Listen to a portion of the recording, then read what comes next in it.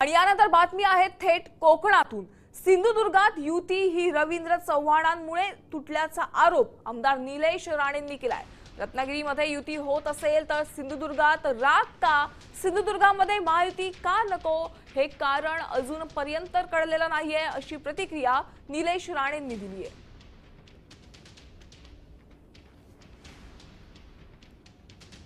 युती तुटण्याचं कारण हे वरतून आणि वरतून म्हणजे आम्हाला जी माहिती मिळाली ते फक्त आणि फक्त प्रदेश अध्यक्ष भाजपचे रवींद्र चव्हाण साहेबांमुळे।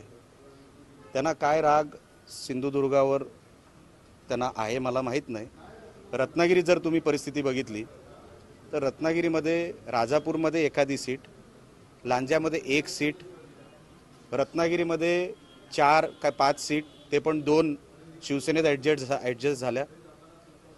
चिपळूणमध्ये पण तशीच परिस्थिती आहे, सगळीकडे तशी परिस्थिती आहे। मग आमच्या सिंधुदुर्गावर राग का?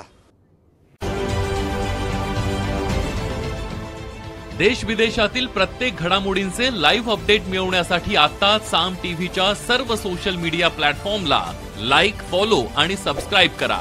तसंच सर्व नोटिफिकेशनसाठी बेल आयकॉन प्रेस करायला विसरू नका।